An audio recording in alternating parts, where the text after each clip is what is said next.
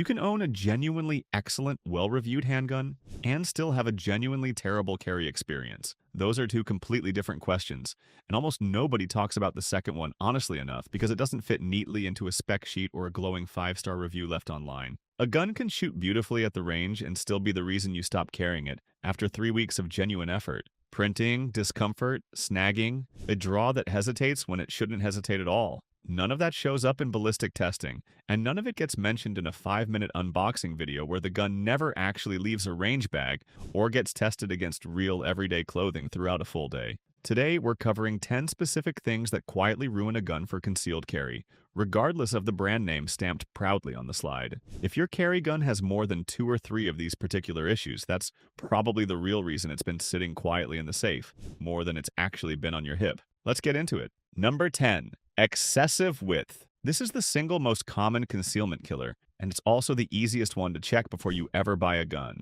Anything meaningfully over 1.3 inches at the slide starts revealing itself under clothing, no matter how good your holster is or how loose your shirt happens to be. Width doesn't hide the way length does. A longer grip can be masked with the right shirt length and a good belt. A wide slide pressing outward against fabric creates a hard, straight edge that the human eye is genuinely good at spotting, even when the observer isn't actively looking for it or thinking about firearms at all. Measure before you buy, not after. A tenth of an inch sounds trivial on paper and feels completely different once you're standing next to someone in a checkout line. Takeaway: width prints more than any other single dimension, so it's the first number worth checking. Number 9. A high bore axis. The height of the barrel relative to your hand determines how much the muzzle flips during recoil, and a high bore axis makes that flip dramatically worse. Guns with the barrel sitting noticeably above the top of your grip force more leverage into every shot, which means the muzzle rises higher and takes longer to settle back onto target between shots. During a draw specifically, that same geometry contributes to more visible movement as the gun clears the holster, which is exactly the moment you don't want extra motion drawing attention from anyone standing nearby. This isn't just a range performance issue that only matters on paper targets. A gun that recovers slowly between shots is also a gun that's harder to control smoothly during the actual presentation from concealment, which matters far more in a real defensive scenario than it ever does on a static target at a controlled range. Takeaway: a low bore axis helps you shoot faster and draw cleaner at the same time. Number 8. Sharp, aggressive stippling. Grip texture that feels fantastic during a 15-minute range session can feel completely different after 8 hours pressed against bare skin in summer heat. Manufacturers chase aggressive texture because it tests well in short bursts and photographs, well in marketing materials shot under studio lighting for a few seconds of screen time. What doesn't show up in that marketing is the redness, irritation, and genuine discomfort that same texture causes during a full day of appendix or waistband carry against bare skin instead of a padded shooting glove. The best carry texture is aggressive enough to control the gun under recoil, but smooth enough that you forget it's touching your body for 10 hours straight, through sitting, driving, and moving around all day. That balance is harder to find than most manufacturers admit, and it's rarely mentioned in any review focused purely on how the gun performs during a short session at the range. Takeaway: texture that feels great for 15 minutes can feel terrible for 8 hours. Number 7. Heavy unloaded weight for the capacity. Every ounce a gun carries has to be justified by what it actually gives you in return, and a lot of carry guns fail that math badly. A pistol that weighs as much as a full-size duty gun but only holds 10 rounds is asking you to carry full-size weight for compact capacity. And that mismatch is exactly the kind of thing that quietly convinces people to leave the gun at home on a hot day, during a long shift on their feet, or on any day where comfort starts winning the argument. Weight itself isn't the enemy here. Unjustified weight is. The honest test is simple. Does the weight buy you something real? Better recoil control? More rounds? A longer sight radius? Or is it just mass without a corresponding benefit anywhere in the design? If you can't answer that question clearly about your own carry gun, that's genuinely worth investigating before your next purchase. Takeaway: weight should buy you something specific, not just exist for its own sake. Number 6. A manual safety that fights your draw. Manual safeties aren't inherently bad, but a poorly placed or awkwardly operated one can genuinely cost you time, exactly when time matters most. The problem shows up specifically under stress. when fine motor skills degrade and your thumb doesn't move with the same precision it does at a calm, well-lit range on a lazy Saturday afternoon. A safety lever that requires a deliberate, awkward reach interrupts the single motion a draw is supposed to be, turning one fluid movement into two separate steps you have to consciously think through at exactly the wrong moment. This isn't an argument against manual safeties as a category entirely. Plenty of well-trained shooters run them flawlessly under real pressure. It's an argument for actually training the specific manipulation until it's unconscious muscle memory, rather than assuming the safety will simply take care of itself the one time it actually matters most. Takeaway: a safety you haven't trained on is a delay you're carrying without realizing it. Number 5. Factory sights with sharp edges. Sights exist to help you hit your target, but a genuinely sharp rear sight edge can work against you before you ever get the gun on target at all. During a fast draw from an inside-the-waistband holster, a rear sight with aggressive, unrounded edges can snag on clothing, catch on the holster mouth during reholstering, or in worse cases, catch on your own hand or forearm during the presentation itself. That snag costs you time and consistency exactly when a clean, repeatable draw matters most. And it's the kind of small mechanical failure that only reveals itself under real speed. Serrated, rounded rear sight profiles solve this specific problem without sacrificing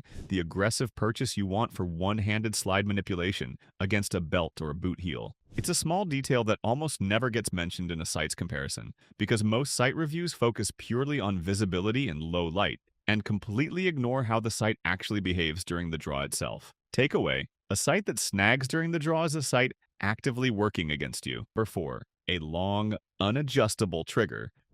Trigger reach determines whether your finger lands on the pad of your fingertip or the awkward first joint, and that difference genuinely changes how well you can control the trigger under stress. A trigger reach designed around an average male hand size leaves a significant percentage of shooters, including many women and smaller-framed men, fighting the gun instead of shooting it the way it was actually intended to be shot. That fight shows up as inconsistent trigger presses, unintentional side pressure that pushes shots off target left or right depending on the hand, and a grip that has to compensate awkwardly just to reach the trigger at all in the first place. The industry is slowly catching up with genuinely adjustable options and shorter reach variants built for a wider range of hand sizes, but most carry guns still ship designed around one specific hand size and simply expect everyone else to adapt to it rather than the other way around. Takeaway: a trigger reach that doesn't fit your hand will never let you shoot your actual potential. Number 3. A shiny or polished finish. This one sounds cosmetic until you actually think through what concealment is supposed to accomplish in the first place.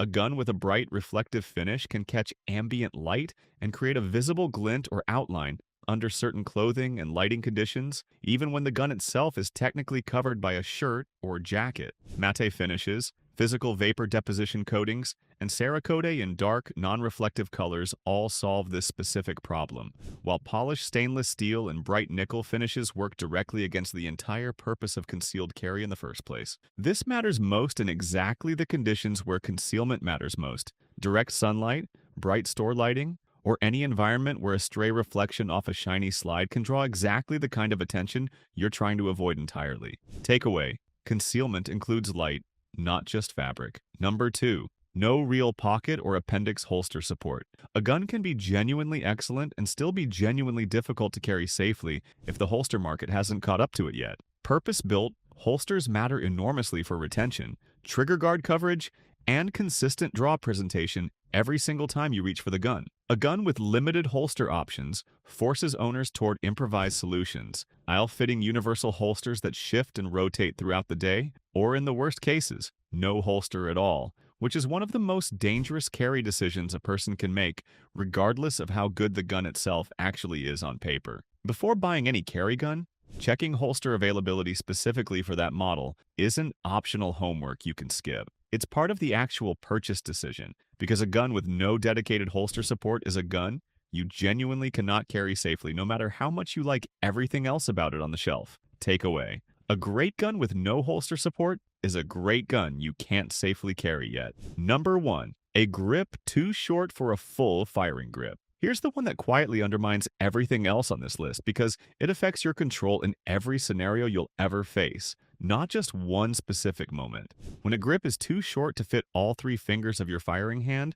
Most shooters end up curling their pinky under the magazine baseplate instead of getting it fully seated on the grip. That compromise reduces control and makes rapid follow-up shots noticeably harder to manage, forcing your hand into a position it wouldn't choose if the gun simply fit correctly in the first place. Manufacturers chase this trade-off constantly, shaving grip length for concealment, while quietly sacrificing the control that length was providing to the shooter. The best modern designs walk that line successfully, giving buyers a genuine full firing grip without sacrificing real concealability. Plenty of others still get it wrong, prioritizing a thinness number that looks good on a spec sheet over the actual shooting experience that number quietly costs. Takeaway: a full firing grip isn't a luxury. It's the foundation everything else on this list depends on. 10 things. 10 reasons a genuinely good gun can still become a genuinely bad carry experience, none of which have anything to do with reliability or accuracy at the range, and all of which only reveal themselves once you're actually living with the gun on your body every day. The real lesson here is simple.